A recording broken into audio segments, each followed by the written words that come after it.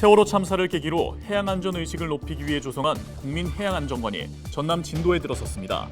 운영비를 어떻게 나눌지 이견이 생겨 개관이 차일피일 미뤄졌는데 합의가 이뤄지면서 문을 열었습니다. 순천 공공자원화시설 건립을 놓고 환경영향평가 결과를 설명하기 위한 주민공청회가 열렸습니다. 전문가들은 위해성이 적다는 주장을 내놨고 일부 시민들은 반대 목소리를 높였습니다. 목포 먹갈치가 풍어를 이루고 있습니다. 조기 주산지에서 오히려 갈치가 더 잡힌 건 이례적인 현상입니다. 학령 인구가 줄면서 지방대학들이 신입생 충원에 비상이 걸렸습니다.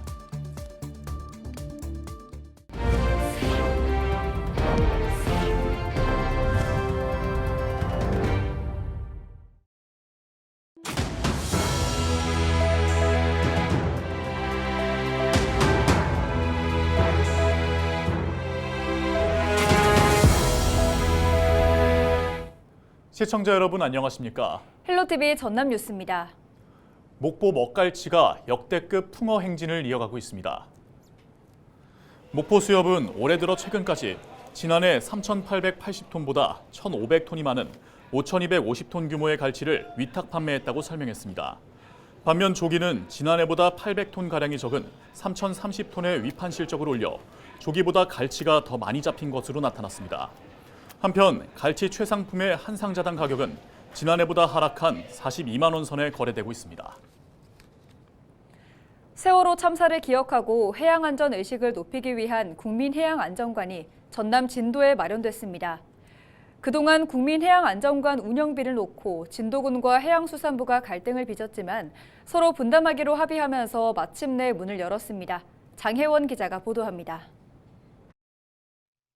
세월호 참사 현장과 가장 가까운 진도 팽목항 일대, 노란 리본을 형상화한 조형물과 함께 국민해양안전관이 자리 잡았습니다. 300명 넘는 희생자를 남긴 세월호 참사를 계기로 안전의식을 높이고 해양안전교육을 진행하기 위해 조성한 겁니다. 국민해양안전관은 공사 과정을 거쳐 4년 만에 개관했습니다. 앞으로 남북권 최고, 나아가 우리나라 최고 해양안전 분야 전문 교육시설로 발전해 나가길 기원합니다. 국민해양안전관은 10만 제곱미터 부지에 지상 2층 규모로 조성됐습니다. 안전체험 프로그램 16개가 운영되고 야외에는 세월호 참사 추모길도 조성됐습니다. 특히 안전관에서는 생존 수영과 익수자 구조는 물론 선박의 흔들림을 체험할 수 있는 각종 시설들이 마련됐습니다. 순환사고에 대비하는 시설은 물론 지진과 풍수해 등 각종 재난체험도 가능합니다. 국민해양안전관 기간에 걸림돌이 됐던 운영비 부담 문제도 정부와 진도군이 각각 6대 4의 비율로 합의하면서 마침내 개관할 수 있었습니다. 진도군은 국민해양안전관이 국민의 안전을 책임지는 마중물 역할을 할 수 있기를 기대하며 적극적인 지원을 요청했습니다. 대한민국에서 정부 차원에서 그걸 같이 이 진도의 해양안전관을 같이 이용할 수 있는 그런 프로그램을 같이 운영해 주실 것을 믿습니다. 그렇게 된다면 지역 경제도 전부 다 활성화될 것이고 9년 전 진도 맹골수로에서 300여 명이 희생된 세월호 참사. 진도 국민해양안전관은 12월 말까지 시범 운영을 통해 부족한 사항을 보완하고 내년 1월부터 정상 운영을 진행할 예정입니다. 헬로티비 뉴스 장혜원입니다. 순천시가 공공자원화시설 입지 선정을 추진하는 과정에서 전략환경영향평가 공청회를 열었습니다. 일부 시민들의 극심한 반대 목소리가 회의 내내 계속된 가운데 전문가들의 다양한 의견 제시가 이뤄졌습니다. 보도에 서경 기자입니다. 7일 순천 팔마체육관에서 열린 순천시 차세대 공공자원화시설 전략환경영향평가 공청회. 순천시는 환경영향평가법에 따라 지역 주민들의 개최 의견을 수렴해 공청회를 열었습니다. 공청회는 대기와 환경, 시설 등 각 분야 전문가들의 발제가 먼저 이루어졌습니다. 국가정원이 순천시의 랜드마크고 그 랜드마크에다가 이 소강로를 뭔가 자연과 어우러지게 만들고 거기에 전망대 100m, 150m 전망대를 만들어 놓으면 진짜 순천시가 지역 활성화가 되고 전 세계적으로도 많은 분들이 와서 볼 수 있는 그런 도시가 될 수 있다고 생각을 합니다. 여천이 옆에 있기 때문에 순천시는 대기 관리권역으로 지정된 지역이어서 TMS와 총량 규제 지역으로 묶여있는 지역이다. 이걸 참고하시고 어떤 이론적인 거 또는 대응하는 데 있어서도 시민들도 참고하시기 바랍니다. 재가 두 종류가 나오는데요. 비산재하고 바닥재가 나옵니다. 그래서 비산재는 기본적으로 지정 폐기물로 분류가 돼서 지정 폐기물 매립장으로 가게 되고요. 그다음에 바닥재는 자체적으로 계속 그 중금속 분석을 하게 되어 있습니다. 자체적으로. 그래서 그거를 데이터를 항상 보유를 하게 되어 있고 그걸 분석을 해보면 기준치 이내로 다 나오고 있습니다. 발제자들의 의견에도 순천시 폐기물 처리시설 입지선정위원회가 최적의 후보지로 발표한 연양뜰 주변 주민들은 반대 입장을 굽히지 않았습니다.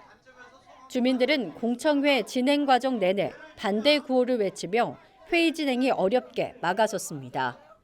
그러면서 최적 입지 후보지 선정 무효화와 전략 환경 영향평가 전면 재실시를 촉구했습니다.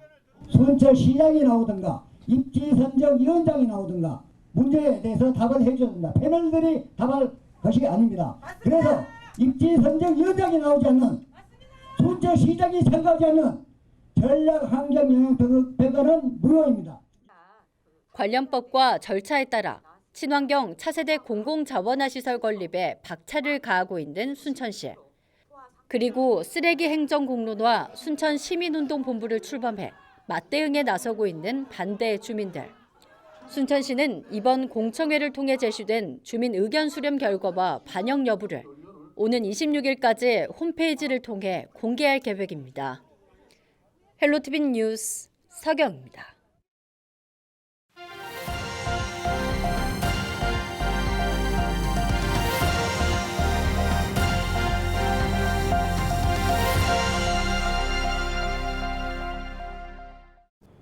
지역 소멸을 막아라. 케이블 TV 공동기획보도 순서입니다. 학령 인구가 줄어들면서 지방대학들의 신입생 충원에 비상이 걸렸습니다. 20년 뒤엔 대학의 절반 이상이 없어질 것이라는 예상까지 나오고 있는데요. 지방대학이 지역과 공생할 수 있는 방안은 없는지 살펴봅니다. SK 브로드밴드 천혜열 기자의 보도입니다. 경북 경산시에 있는 옛 대구 외국어대학교. 각종 대학 평가에서 최하위 수준을 면치 못했고 학생 충원율이 69%에 그치면서 결국 지난 2018년 문을 닫았습니다. 학생은 없고 싹 다 가부대야. 그래서 저것도 문 닫는다 하디만에 안 닫고 저러가 댕기고 외국 사람들 많이 와가 하고 저거는 닫아보고 하면 몇 년 됐어요. 대구 외곽에 위치한 경북 외국어대학교는 이보다 앞선 2013년 폐교됐습니다. 2005년 개교 이후 정원을 한 번도 채우지 못한 것으로 알려져 있으며 2012년 학자금 대출 제한대학으로 지정된 이듬해 종지부를 찍었습니다. 2000년대 이후 대구권에서만 총 4개 대학이 문을 닫았습니다. 전국적으로는 20개 가까운 대학이 역사 속으로 사라졌는데 보시다시피 대부분이 지방대학들입니다. 2042년부터 2046년까지 국내에서 살아남는 대학의 수는 지금의 딱 절반 수준인 190곳이라는 분석마저 나오고 있습니다. 학령 인구가 감소하면서 지금도 지방에 있는 소규모 사립대학은 모집 정원의 절반도 채우기 힘든 상황으로 운영되는 학과도 적습니다. 주중에는 1개 학과만 있습니다. 1개 학과에. 주말에 이제 2개 학과 정도 있고요. 그래서 애들이 이제 학교 규모가 작다 보니까 충원율의 하락세는 앞으로 더욱 심해질 것이라는 전망에 교수들도 신입생 유치에 나서는 모양새입니다. 주로 시간이 날 때 조금 더 작은 중소 군 단위로 찾아가서 직접 치성관계에 있는 이런 지인들을 찾아가서 학생 유치에 굉장히 신경을 많이 쓰고 있죠. 관건은 이런 위기를 기회로 삼고 어떻게 극복해 나가느냐입니다. 유사학과 통폐합도 하고 학문 분야 간에 그 수요에 따른 정원 조정도 하고요. 그렇게 그런 수많은 작업들을 조용하게 그러면서도 선제적으로 했기 때문에 입학 업무에 있어서 효과가 좀 있었지 않는가 싶고요. 지방대학의 소멸을 막기 위해서 지자체와 기업의 혁신 생태계 구축이 요구되고 있습니다. 이를 위해 정부 차원의 적극적인 관심과 대책이 뒷받침되어야 한다는 주장이 설득력을 얻고 있습니다. BTV 뉴스 천혜열입니다. 학령 인구가 줄면서 폐교 위기를 맞은 건 지방대학뿐만이 아닙니다. 농어촌 소규모 학교들도 비슷한 고민을 하고 있는데요. 이런 가운데 학생들이 오고 싶은 학교로 탈바꿈한 곳이 있다고 합니다. HCN 이완종 기자가 소개합니다. 조금은 서툴지만 익숙한 피아노 음율이 학교에 울려 퍼집니다. 피아니스트 김광민의 학교 가는 길. 쉬는 시간 아이들이 복도에 마련된 피아노 건반을 자유롭게 두드리는 소리입니다. 또 다른 공간에선 연극 연습이 한창. 학생들이 한데 모여 혼신의 연기를 펼치는데 다소 낯선 모습이지만 아이들에겐 익숙하기만 합니다. 매년마다 예술활동으로 연극했었는데 연극할 때마다 연기하는 게 어렵고 대본 짜는 게 어렵고 그래서 항상 어려웠어서 힘들었었는데 결국 마지막엔 무대에 올라서 잘하는 것 같아서 뿌듯한 적이 많았어요. 충북 괴산군 문광초등학교는 지난 2011년 오케스트라 창단을 시작으로 단순 농어촌 학교를 넘어 예술교육 거점 학교로 변화를 시도해왔습니다. 오케스트라뿐만 아니라 연극과 영화 촬영, 로봇 조립 등 학교 교육의 각종 예체능 활동을 접목하면서 올해는 교육부 선정 찾아가고 싶은 농산촌 특색학교로 이름을 올렸습니다. 아이들의 의견을 반영을 하여서 인근에 있는 학교랑 합동 연극제도 진행을 하면서 다른 친구들의 연기도 보고 우리 학교의 공연도 보여주고 서로 교류하는 장까지 가면서 즐거운 추억을 쌓았던 것 같습니다. 이에 따라 지난해 학생 수 57명으로 작은 학교에 속했던 이 학교는 올해 12명의 신입생을 받으면서 학생 수가 63명까지 늘었습니다. 특히 도내 학생 수 60명이야 작은 학교는 전체 학교 가운데 45%로 농어촌 인구 감소에 따라 매년 늘어나고 있는 상황에서 문광초 사례는 지역 소멸 위기를 벗어날 해법으로 눈길을 끌고 있습니다. 작은 시골 마을 학교 교육에 예술을 접목시킨 괴산 문광초등학교.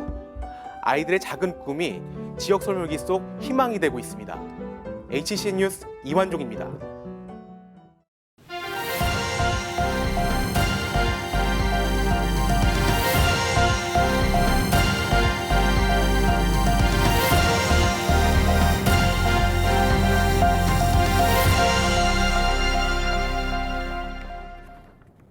목포 어묵 햇섭 가공공장 건립이 속도를 내고 있습니다. 목포시는 식품안전관리 인증 기준을 충족하는 이른바 목포 어묵 햇섭 가공공장 건립을 위한 설계 용역 중간 보고회를 갖고 공장 배치와 설계안 등 어묵 산업 전반에 걸쳐 논의했습니다. 이번 사업은 목포 어묵 세계화 기반 구축을 위한 전남형 지역 성장 전략 사업으로 총 사업비 100억 원이 투입됩니다. 국립해양문화재연구소가 우리 바다에서 건진 옛 선박의 보존 처리 방안과 과학적 분석 내용이 담긴 영문판 보고서를 발간했습니다. 보고서에는 완도선과 신안선, 달리도선과 12동 파도도선 등 보존 처리를 마친 옛 선박 4척과 건조 처리 과정을 거치고 있는 진도선 등 5척에 대한 보존 처리 과정들이 수록됐습니다. 이번 보고서는 해외 기관이나 박물관, 연구기관에 배포될 예정이고 국립해양문화재연구소 누리집에서 확인할 수 있습니다. 신안 천일염 생산자들이 2023년 한 해를 마무리하면서 서로를 격려하고 고품질 천일염 생산을 다짐했습니다. 신안 천일염 생산자 연합회는 지난 6일 신의중학교 체육관에서 한마음 대회를 열고 천일염의 새로운 가치 창출을 위해 생산자와 관련 업계가 더욱 힘써달라고 당부했습니다. 한편 생산자 연합회는 지역사회 발전에 기여하고 싶다며 인재 육성 장학금 3,500만 원을 기탁했습니다.